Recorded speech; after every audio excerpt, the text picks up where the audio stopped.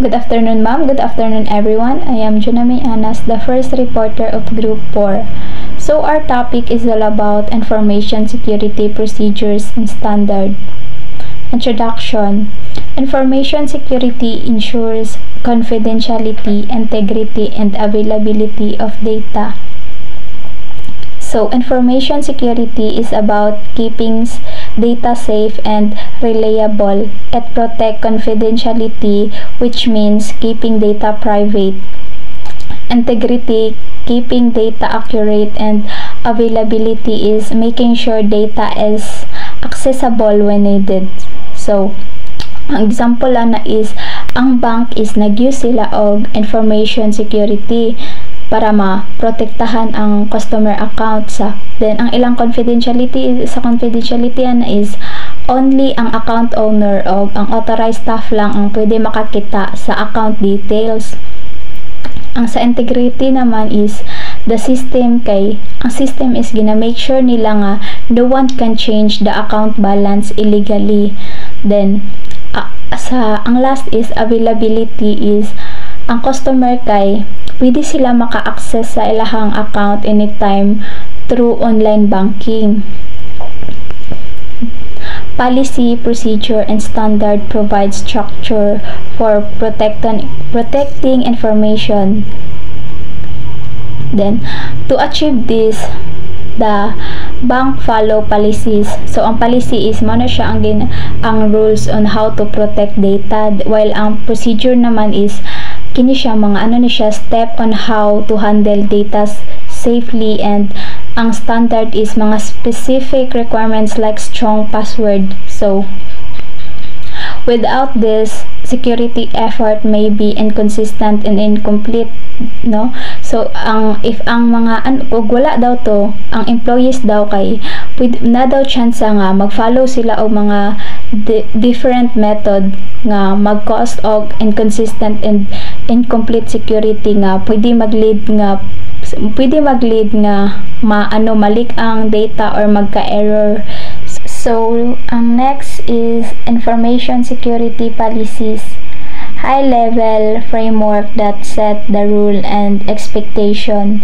So, kini sa information security policies, ang high-level guidelines is muna siya ang gaingon sa tanan nga nasa organization kung unsa ang pwede o dili nila pwede buhaton when it comes to protecting the data and system.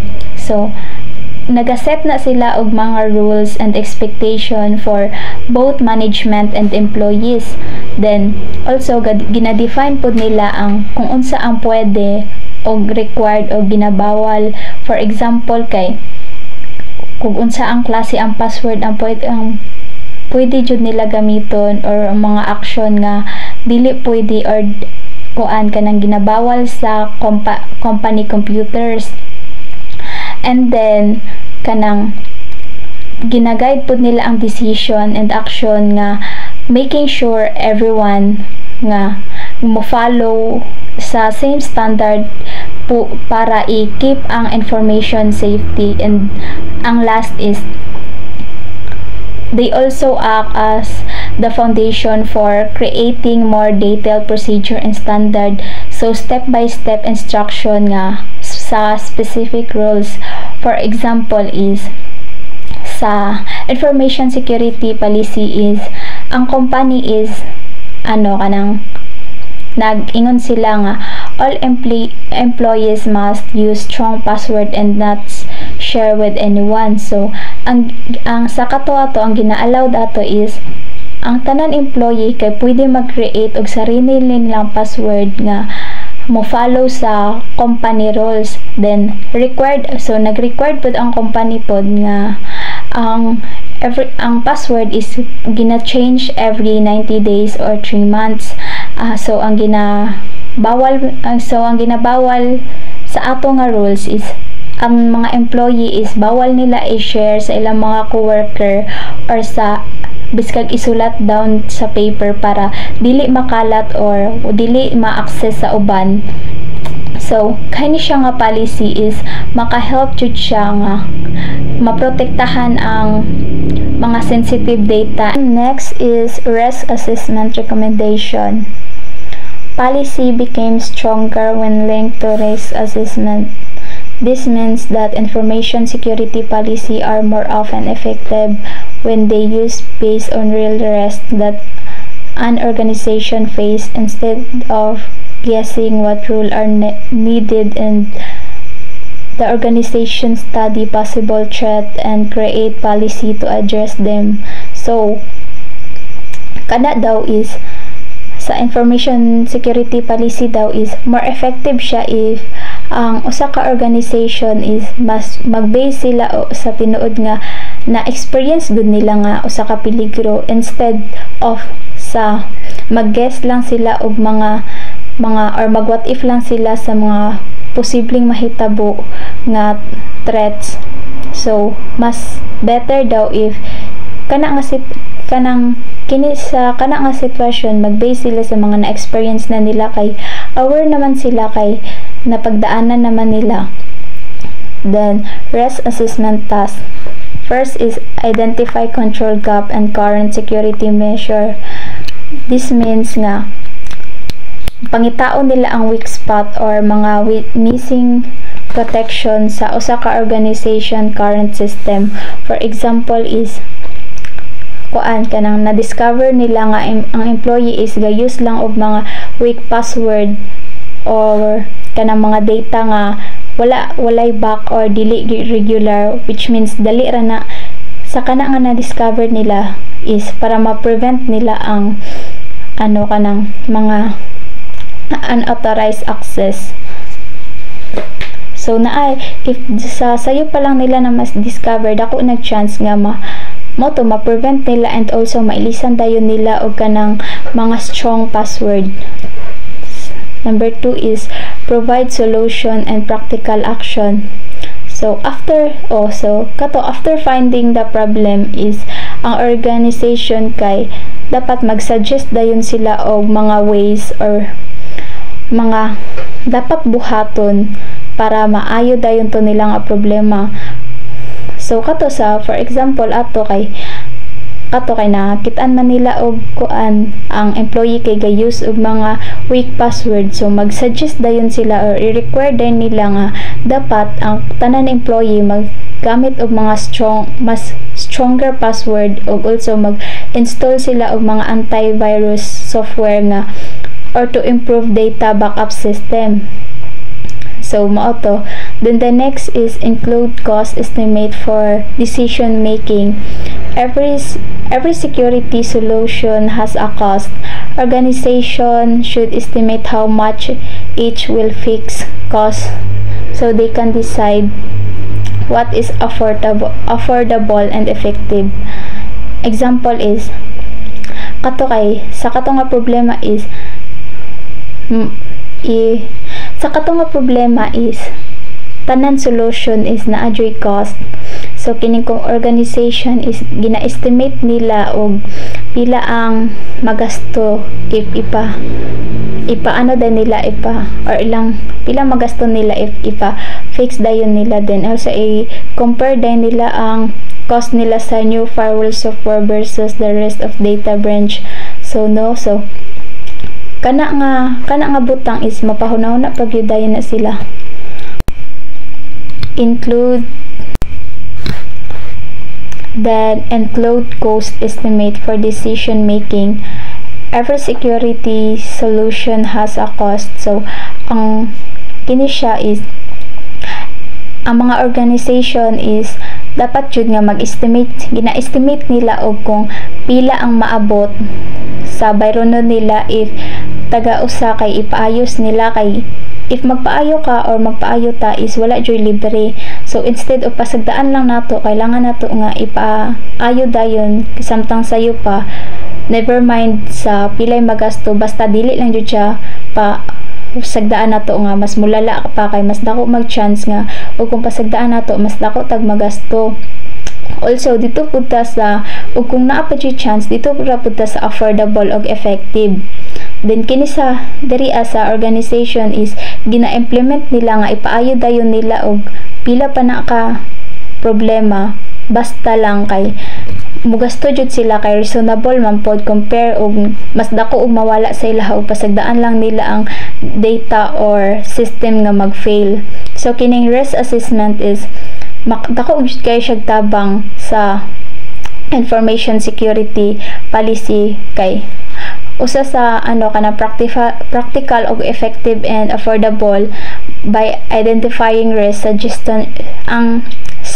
suggestion facts, estimating cost and balance, protect with kanang available resources man sad. So kana siya tanan is biskan pag magkinaunsa pag i-implement lang pod or ginasunod lang pod nato ang mga rules or policy, malayo jud ta sa sa mga danger or ma-prevent ang mga kanang unauthorized access. So mao lang to. Thank you. Good day everyone, I'm Junior Leibarel, the second reporter of Group 4, and today I'll be discussing a very important topic, which is information security procedures. In our world today, almost every organization depends on technology and information systems. Because of this, protecting information is not just a responsibility of IT department, it's everyone's responsibility. And that's where information security procedures come in. Information security procedures are basically step-by-step instructions that guide people in an organization on how to perform tasks that involve information protection. So, information security procedures translate policies into action.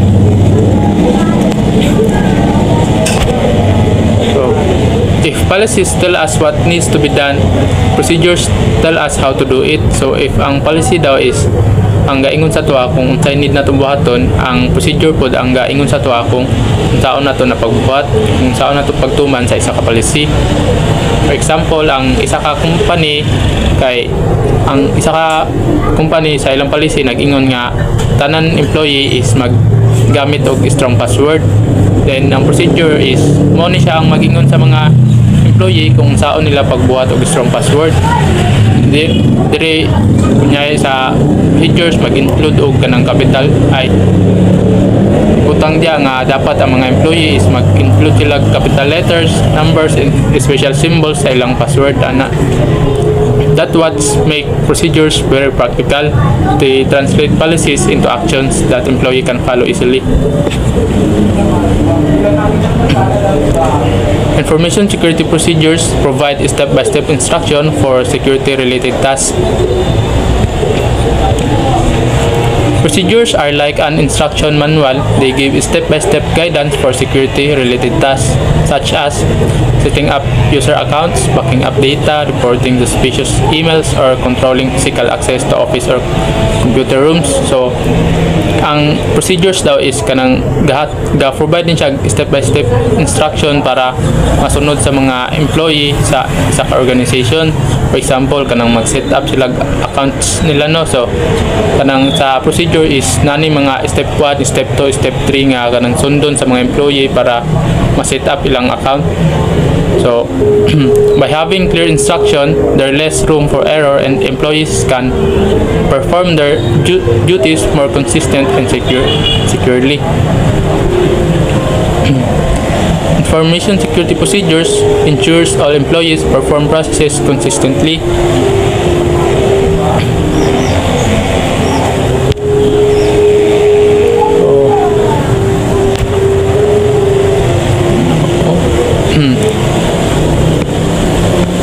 So another key point is consistency. Procedures helps ensure that everyone in the organization performs processes the same way, not just randomly or based on personal judgment. So if kanang ay ang procedure daw is gatabang siya nga para ang mga employee sa isa ka organization is kanang same ra sila og kanang pamaagi sa pagtuman sa isa ka policy or pagbuhat sa isa ka butang. Kay if wala mo gyud procedure nga sundon ang mga employee is kuan na chance nga kanang maglahi sila gwi ba. So kanang ang result nga makuha ninyo is random kay wala may kanang wala may nasunod nga step by step instruction ng mga employee. So kanang ilang mga way is kang based lang sa ilang personal judgment or kanang sa ilang personal nga pamaagi lang yun. This is very important because if every employee follows a different way of doing things, it increases the chance of mistakes or security gaps. So more instructional information security procedures are more instructional than policies, often include examples and variable settings. So compared to policies, procedures are more detailed and instructional. Policies are general statements like we must protect customers' data, but procedures show how that goal will be achieved. So ang procedures daw kay kanang mas dagan tag instruction kaysa sa policies. Kay example, ang policy man kay moingon ra nga dapat maggamit og kanang strong password, while sa procedures is kanang ginabutang jud ya kung unsaon pagbuhat og strong password, unsa mga way nga imong gamiton para makabuhat ka ana. Procedures may even include examples and variable settings like screenshot or step-by-step list so that employees can follow them correctly. In short, policies set the direction while procedures are roadmap that guides daily actions. So next, kahit na tanong. Creation of procedures. So sa creation of procedures may be time consuming but usually straightforward. So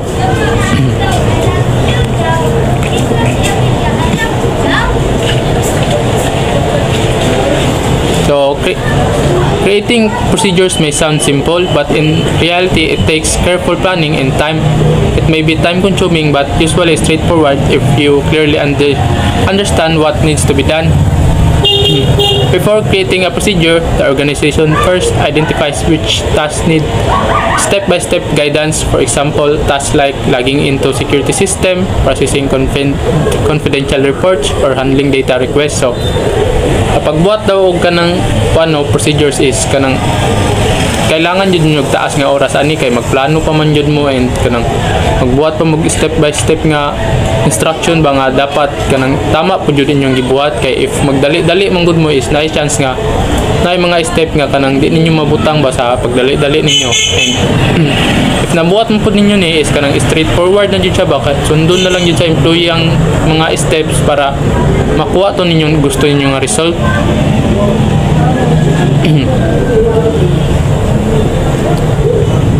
Sa pagbuhat po og procedures daw dapat kanang written in a clear, simple format to avoid confusion. So dapat daw kanang magbuhat kag procedure is dapat clear ang mga ibutang nimo diha nga steps or kanang mga words, and dapat simple lang pud ang format nga imong gamiton kanang kuan ba mga dali ra sabton. Kay if dili man good is pasig maglibog pa og sunod ang mga employee ana, then napay chance ka magkamali sila kay wala sila kasabot sa imong gipangbutang nga kuan diha steps ana. So dapat clear lang yun and imong format is simple.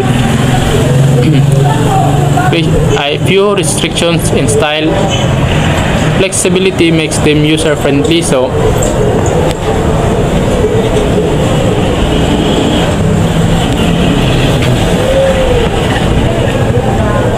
another point is that procedures have few restrictions in style, meaning there's no strict format.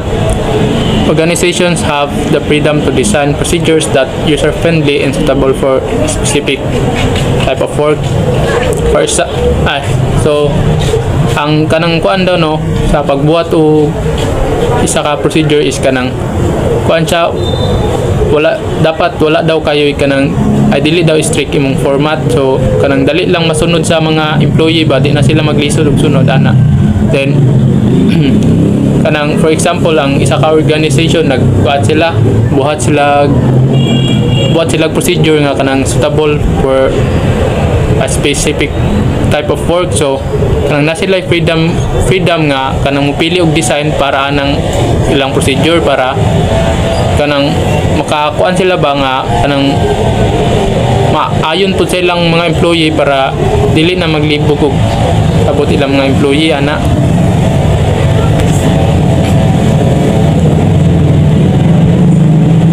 objective. Make sure procedures are complete, accurate, and repeatable. So sa pagbuhat og sa pagbuhat og procedure dapat kanang make sure jud nimo nga complete imong pagbuhat sa procedure kanang wala kay na ay dapat nabutang nimo tanan steps diya if ever manggod nga kanang nakay wala nabutang nga kanang important nga step is possible nga magkamali imong mga employee kay kanang naa sila na skip nga important step kay wa nimo nabutang sa procedure nimo. And dapat accurate po daw kay for example duha ka employee nagamit sa isa ka procedure, so dapat ang result nga makuha nila ay same lang kay same raman sila procedure gigamit ana.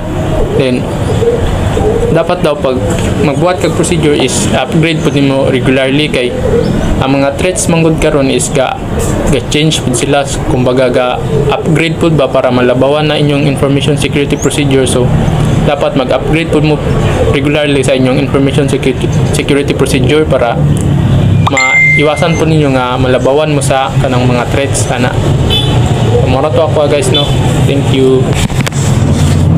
My topic is all about initiation and termination points in information security procedures. So every procedures or process must be clearly defined. So kinahanglan din siya nga matarong siya define no. Dapat kanang clear gyud ihang pagka-define every steps of procedures. So but before that I will give you some short overview of these 2 points.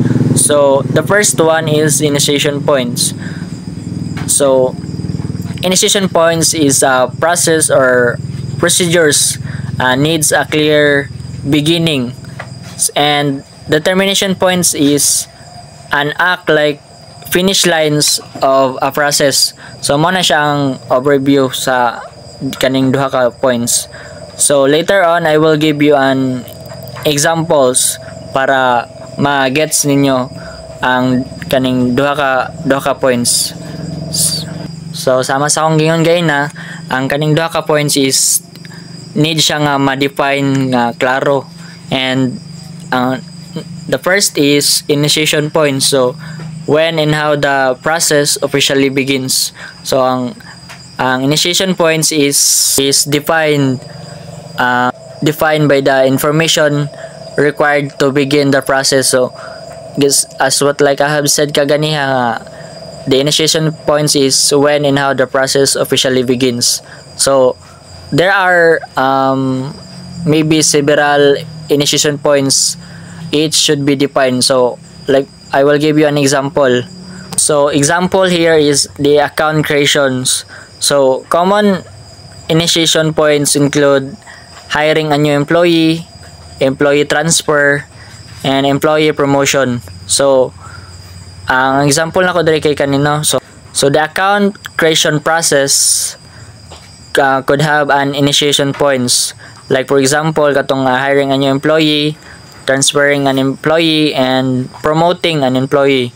So each of these initiation points should have defined in terms of the informations nga gina-required. So ang like for example kay kaning kuan like an employee name, so an employee identification number o gihang job classification.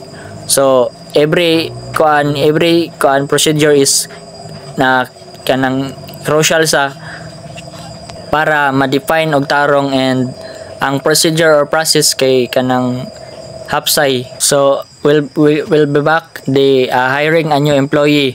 So syempre ang isa ka company is nag-hire siya kanang bago nga employee. So ang employee is mag-request siya kanang new account sa katong like magkuan siya employee name, employee identification number o gihang job classifications. So next is employee transfer. So account update for new rule. So ang isa ka employee is na transfer siya sa other company o nana, and then of course ihang account is need niya nga mag-update kay para sa ihang bago nga role nga buhaton or na-assign sa iya. So mo na siya. And next is employee promotion.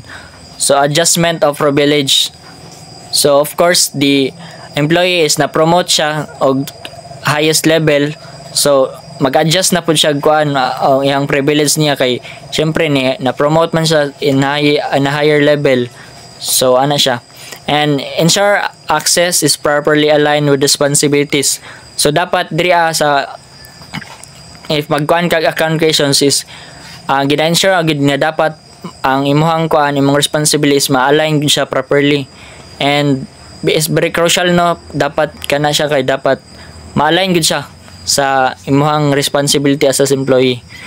And next is termination points. So the termination points is when the process is considered finished. Sama sa akong kinakasugod pa lang, so mo ni siya ang act like the final outcome or the considered finish na ang imuhang process nga gibuhat. So termination points is defined by the result of the process. So mo ni siya ang kanang result sa imong process nga gibuhat, and then marks the completion. So as what like I have said kaganiha is ang imong mo ni siya ang final outcome if makompleto na nimong imong process. And then mo ni siya na po ni siya mga several termination points. So each should be defined, like for example diri kay magyapon no same lang gyapon siya ang account creation process could have the termination points of information security procedures. So balik ta. So ang example diri kay magyapon no same ang account creation. So termination steps mark completions of the process. So mo ni siya ang final outcome or the imong process is kuan siya complete na. And kuan siya next is employee is information or inform of new or updated account. So unlike sa initiation points is mag-request pa ka o kuan kay mapa man imong ang imong pag-start nimo maganda siya nga ginatawag na siya start or needs a clarify or clear nga begin process. Sorry na bol. And diri sa termination points is bago na imong kuan og updated imong account diri and system denies request if not authorized. So ma-deny gid ang system no if dili ka authorized person. So next is documentation is updated for record keeping. So always remember nga so if magbuhat kag account creations is ang documentation is always update yun dapat para if naay kinahanglanon ang company. And next is process ends only when approval or denial is final. So if imong process or procedures ma-end lang na siya only if ma-approve na siya or ma-denial na ang imong process. And mo na siyang duha ka points, so the initiation and termination points in information security procedures. So don't forget the initiation is when and how the process officially begins, and the termination points is the act ending or your process is considered finished. And mara na siya, and I hopefully namin nasabtan sa akong report. And that's all. Thank you. Documenting process step. Every step must be written down in order. Clear documentation to prevent mistake and omission. Flowchart are recommended because they provide a visual map of the process. Easy to understand even non-technical stuff. Helps during audits and trainings session. So, ang every step must be written down in order daw is mo siya tanan steps sa process, mga process dapat naka-record o dapat ensure ang clarity o kanang consistency na mabasa o dili ma-out ang pagkasulat.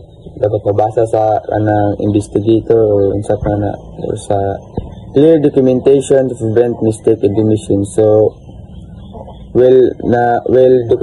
documented ang process, reduce daw ang errors o dapat ma-ensure ang kaning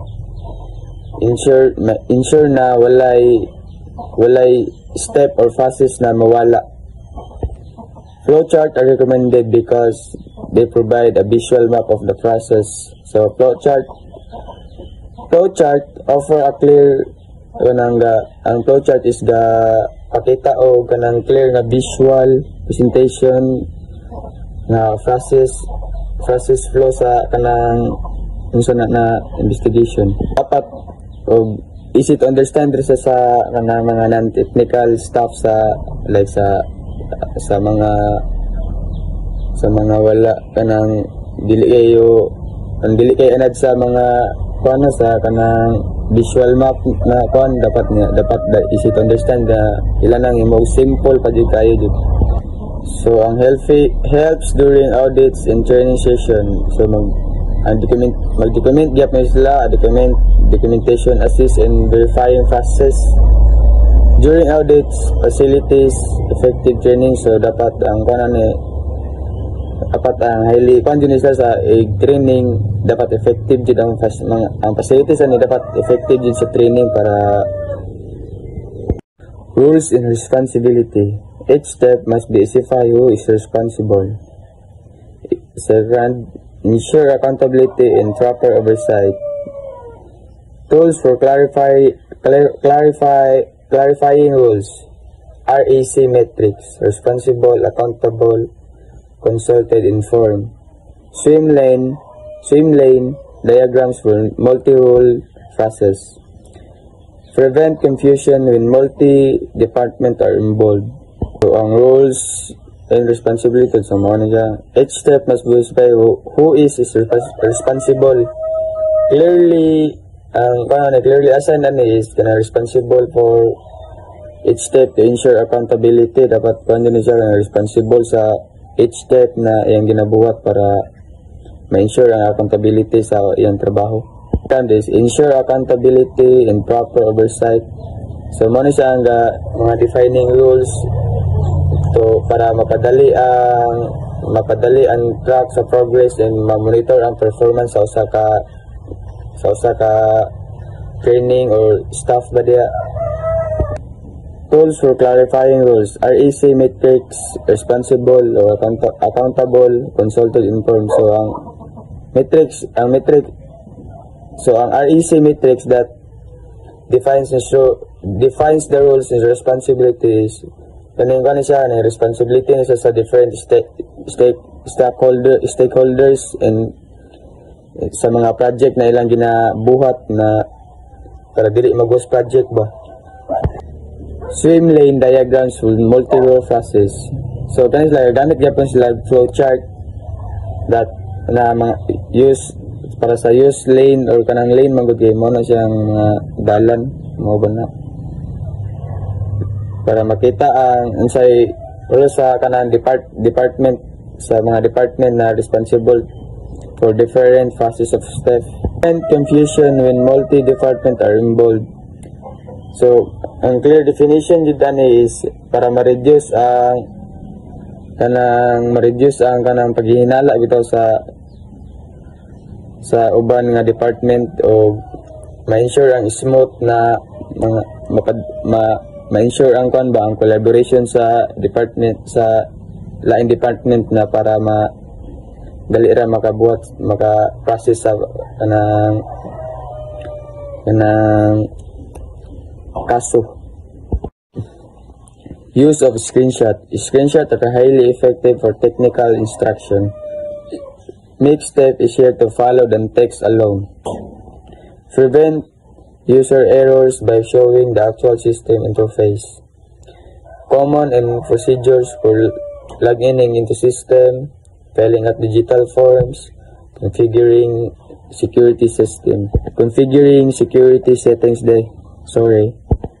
Use of screenshot daw. So, screenshot are highly effective for technical instruction. Screenshot is useful na sa guides, mga tutorial, o sa mga documentation. Kada na makita dito. make step easier to follow than text alone. So ga-present sila kanang visual aids na para ang mga users dali ra makabalo sa instruction o para clearly pud sila na mo dito ilang instruction na gihatag ra dili libog. Prevent user errors by showing the actual system interface. So kani sila provide siya visual presentation sa interface para ma-reduce ang confusion sa mga tao or sa mga staff. Common and procedures for logging into system. So ang kanila is provide siya screenshot guides user through the login process. Para ang pag-login nila is gamit lang sila screenshot guide user. Filling out digital forms. So kanila sila is pakita ni sila ganang correct field kanang mga file o daira makompleto nila ang ilang task. Configuring security settings. Screenshot help. So ang kanisa is ang screenshot is makatabang po sa users na navigate o sa setup sa security option like kanang mga sa mag-login ka kanang sige na biometric nana ba. Okay, man ako guys. Good afternoon ma'am, good afternoon classmates. I'm Simon Cavite, the next reporter. So my topic is all about use of forms. So what is forms? So forms is a document to use to collect the important information. So forms are essential for standardizing data collection. So forms are essential or important because they help everyone to collect the information in the same way. So sa paggamit ng form is mas mapadali ang process and organizing the information para mas mapadali masabtan and dali ra magamit. Then there are example of forms. So first, which is the account creation request. Second is security incident reports. Third, and access change approval forms. So account creation request forms is a part of examples because account creation request, it is creating an account that only person can access. So for example is Maria. For example is Arya is a new employee at a company. So on her first day or first job, she needs to access to the company emails and database para mabuhat niya ang trabaho. So her supervisor asked her to fill out the account creation request form. So si Maria is fill outing the form. So nandito ang pangalan, position, and department, and reason nganong i-open to niya information.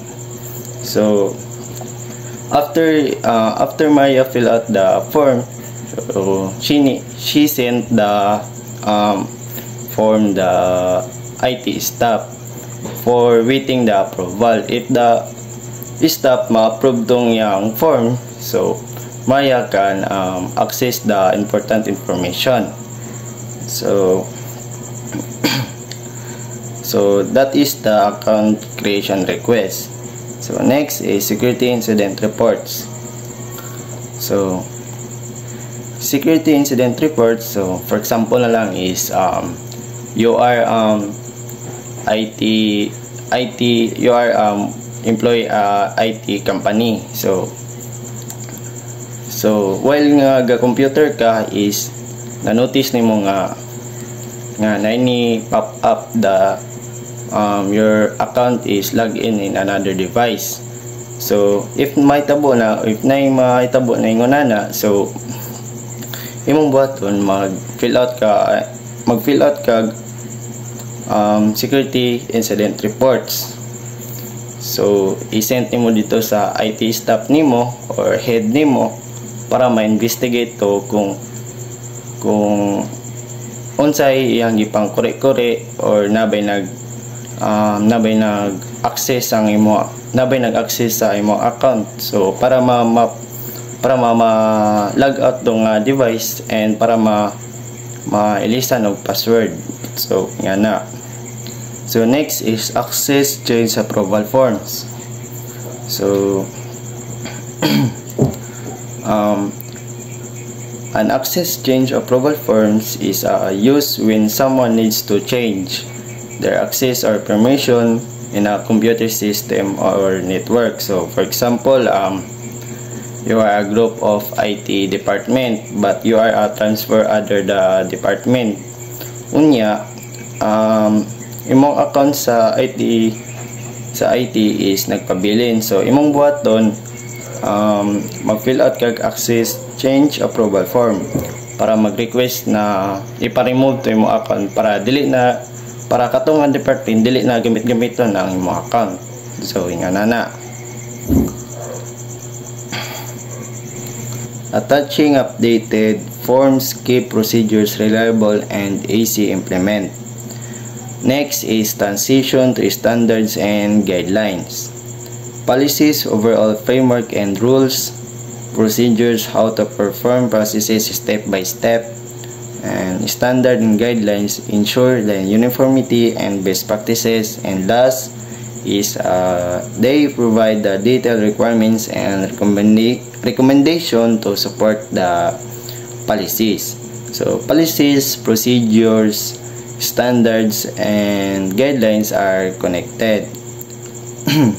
So policies are the main rules or guidelines that an organization to follow to keep the information safe. So for example, the organization or company must have policies that all employees are use the strong password. So para dili siya ma-hack or ma-open another nga device. So para dili siya ma-open, para dili siya makawat ang mga important nga information. So next is procedures. So procedures explain the step by step kung unsaon na pag-follow sa rules. So for instance, so it may show to go to the settings. So they are step by step. First step is go to the account setting page. Second is click, then change the password. Then third is type a new password with at least 8 characters, including letters, numbers, and symbols. Fourth step, which is the confirm the new password. Then in the last is click and save. So every 3 months daw is dapat every 3 months is naka-change imong password. So para ang hacker dili niya matagnan ang imong password. So para dili siya ma-open. So para mga hacker is maglisod matagnaan. So then we move to the standards and guidelines. So which is the standard and guidelines is provide the detailed requirements and best practices to make sure that everyone does things the same way. For example, the password must be at least 8 characters long and include number, symbols, and capital letters.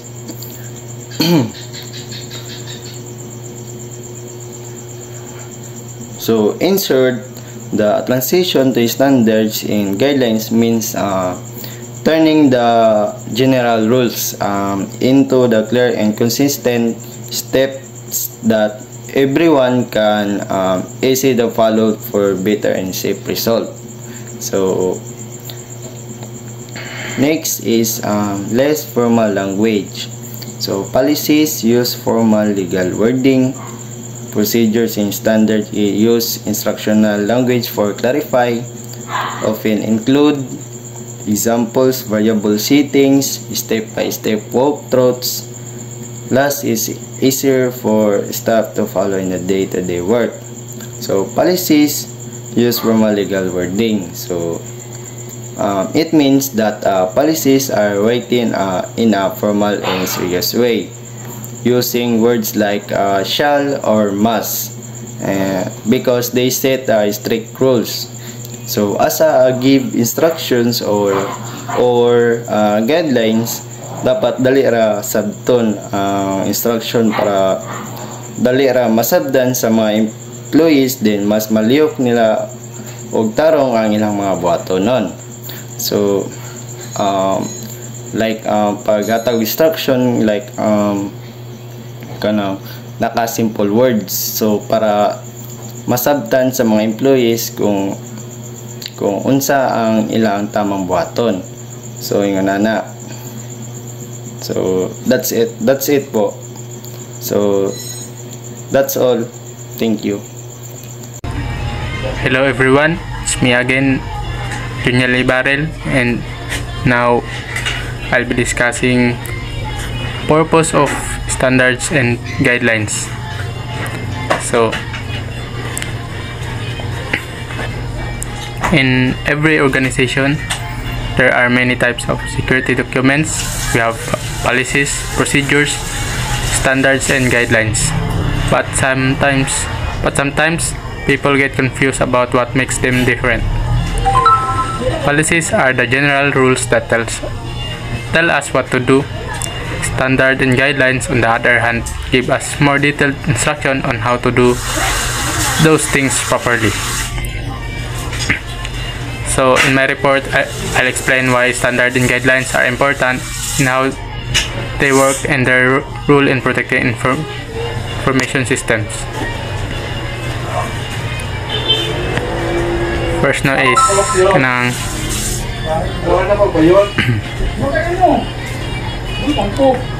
standard and guidelines are designed to refine and expand policy statement. So in other words, ang policy daw is kanang siya ang gaingon sa mga employee kung unsa ang ilang buhaton, while ang standard and guidelines kay sila ang ga-explain kung unsaon to pagbuhat sa policy. They also add specific methods, tools, and techniques for implementation. For example na is kanang ang company kay nag-ingon nga ang all accounts must be secured. Then ang standard kay pwede sila maingon nga dapat ang employee kay mag-use lag password that are at least 12 characters long. While ang guideline kay pwede sila pwede mag-recommend nga kanang ang mga employee is mag-use og kanang mix of letters, numbers, and symbols. Ana. Standard and guidelines help organizations translate broad policies into practical requirements, something employees can clearly follow. So ang kanang standard and guidelines kay sila ang mutabang sa mga employee no nga para mas masabtan jud nila and kanang makabalo sila kung unsaon pagbuhat anang policies. And most importantly is kanang ang standard and guidelines is gina-ensure nga ang mga employee is not only gina-ensure nga that employees not only know what to do but also how to do it. So nang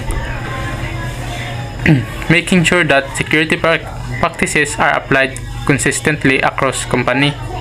So para mas kuano kanang pantay-pantay jud ang pagka balo sa mga employees nga tanan jud sila kabalo kung unsaon pag-follow sa isa ka policy.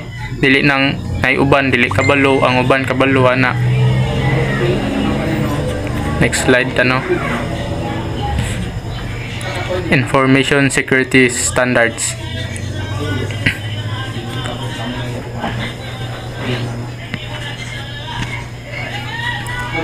Standards are direct extensions of policies. They are mandatory requirements that everyone in the organization must follow. So, ang kaning standards daw no is kuan siya kanang direct extension lang nga kanang kailangan i-follow sa mga employee or kanang sa mga kuan user no para mas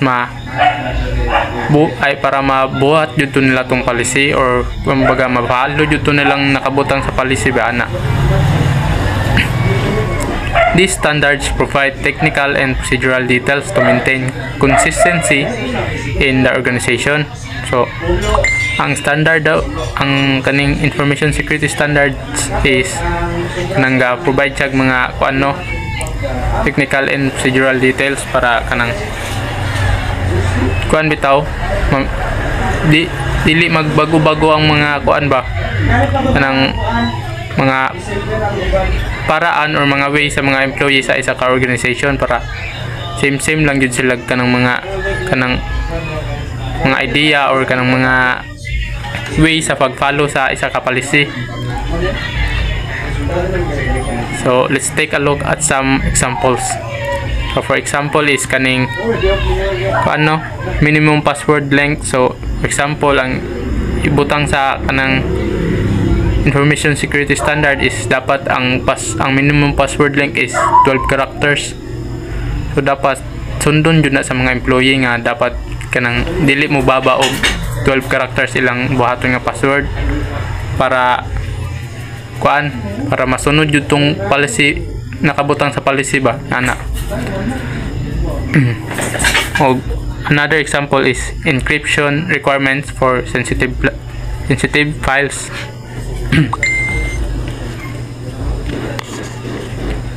So these examples show that standards give specific and measurable rules that must be met. So if dili ni ma-follow sa mga kanang employee means kanang non-compliance and can be lead to security risks or even disciplinary actions. So in short, ang standard is kanang gina-ensure niya nga everyone is ma-apply nila ang security measures in the same consistent way and kanang walay mga mag-shortcut or kanang walay mo kanang no exceptions ba nga na. Next slide. Information security guidelines. So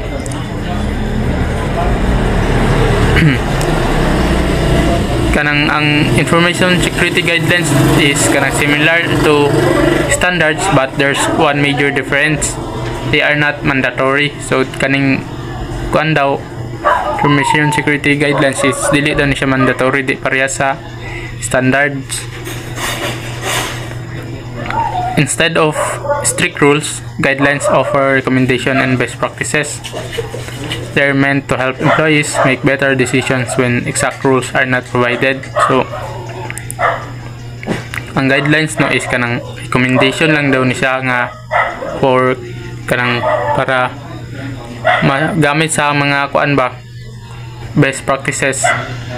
Kanang ang purpose lang aning security guidelines is para makatabang sa mga employee nga makabuhat og kanang mas nice nga mga decisions bitaw, mas better decisions ana. They are also flexible, meaning employees can choose to follow or adapt them depending on the situation. So dili yun kaning sa security guidelines is dili na siya pinugsanay para sa mga employee no is because ang employee is pwede ra sila mag-decide if kanang i-follow ba nila ning security guidelines or dili, depende sa ilang sitwasyon daw ana. So na mga example diri sa security guidelines. Example is recommended safe browsing practice or email security tips.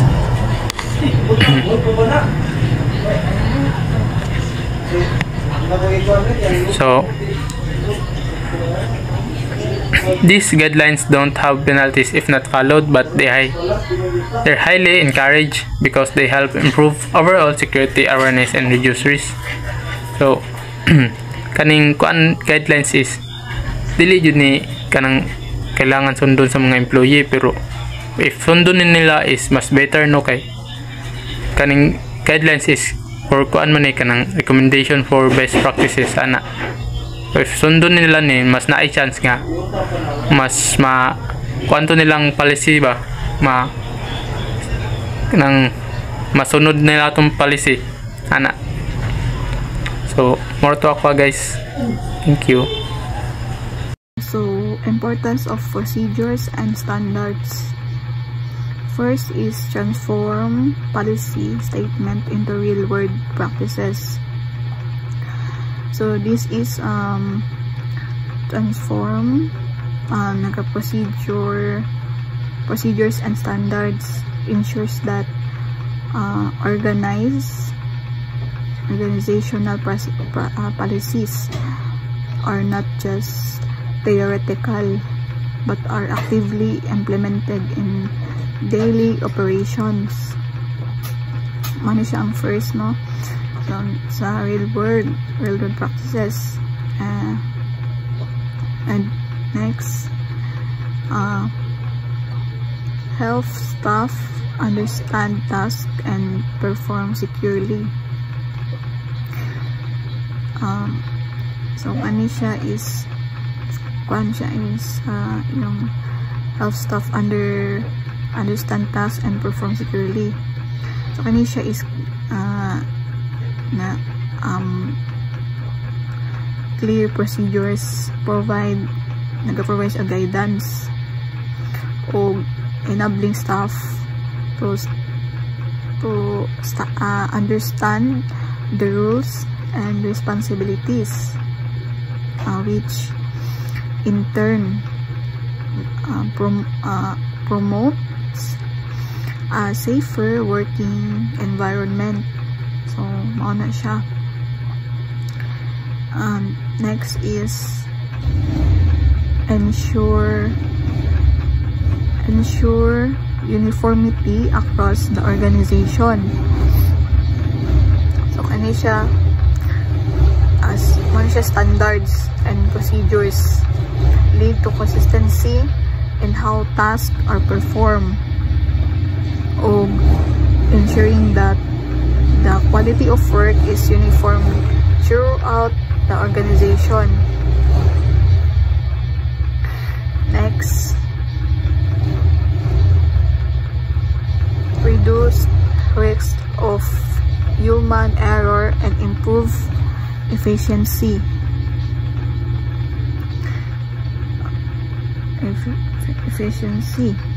Ano siya?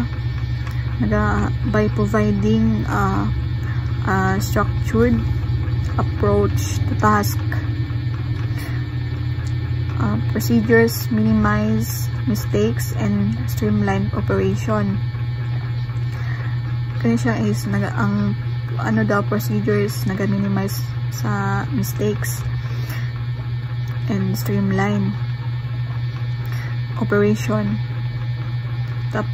Tapos leading to increased efficiency. So next is benefits of documentation. Clear written processes bring major benefits. So first, consistency. Everyone follows the same steps.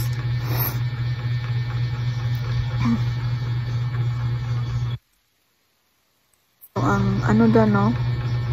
consistency, clear written processes ensure that everyone follows the same steps, which nag-lead sila to standardized outcomes and reduces variability. So next is accountability. Who does what is recorded. So kani siya niyo documentation records mga documentation records, who does what, which establishes clear lines of responsibility. And nag-enhance niya siya sa transparency. So next is audit readiness. Easy to prove compliance. Documentation makes it audit readiness. Ano siya kay documentation? Nagamit siya makes it easy to prove compliance with regulation and standards. Facilitating smooth and efficient audits.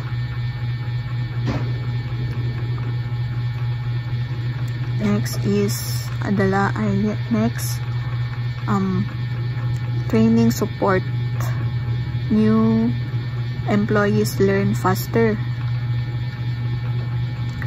So kanina no is well documented processes.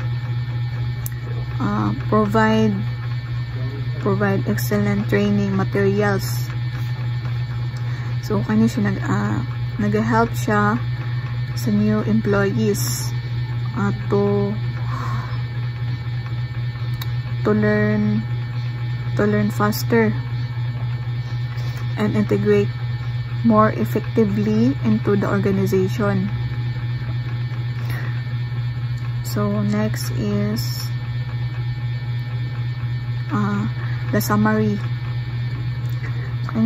First is policies, high-level rules and framework.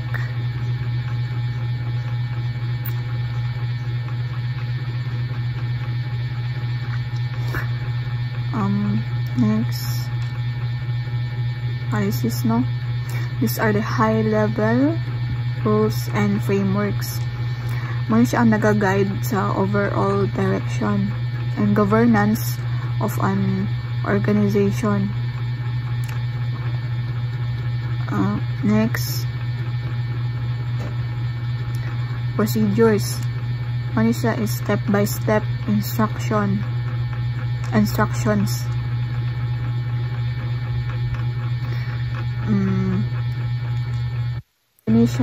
Ano siya no?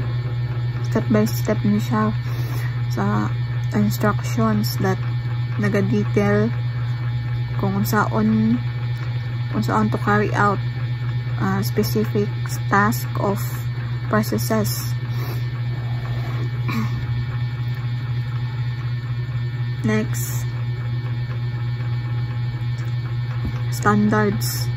Mano siya is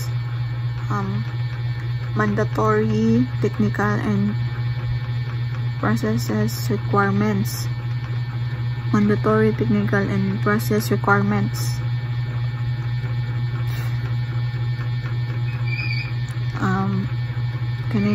These are mandatory technical and process requirements that must have followed to ensure consistency and equality. So money dapat i-ensure niya siya ang its consistency and equality. So next is guidelines. Recommended practices of optional lang siya. Ang guidelines recommended niya siya sa practice recommended practices that are optional and provide suggestions of for achieving best result. Kani siya provide na siya suggestion para sa achieving best result. The last is training support. new employees learn faster.